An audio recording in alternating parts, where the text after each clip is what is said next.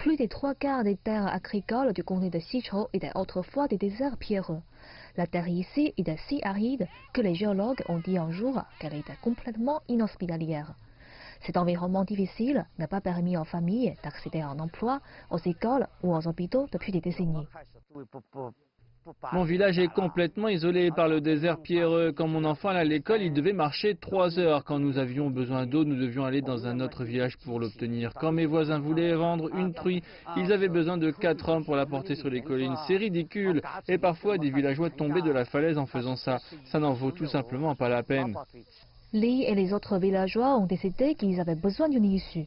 Mais quand il a cherché une équipe de construction professionnelle, le prix l'a effrayé. À la fin, Li s'est rendu compte qu'il devait faire l'impossible. Nous n'avions pas recueilli assez d'argent pour avoir une équipe de construction, alors j'ai pensé, c'est juste casser des pierres. Comment cela peut-il être difficile? Il s'est avéré que j'avais tort. La surface du sol est extrêmement difficile à casser. Et parce qu'il y a un autre village en contrebas, utiliser des explosifs pourrait être dangereux. Les villageois ont donc dû utiliser des pelles et des petites perceuses électriques.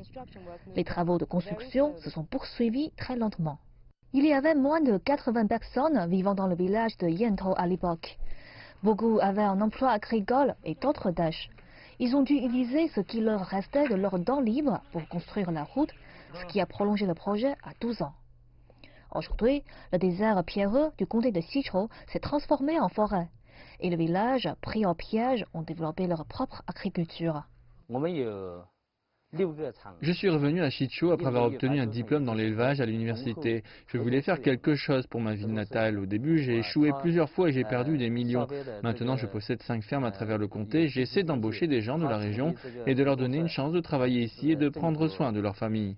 Lorsqu'on lui a demandé pourquoi il n'avait pas simplement déménagé d'un endroit avec un environnement aussi difficile, Li dit que le peuple de Sichuan veut rester uni, près de chez lui, qu'il a cela dans le sang.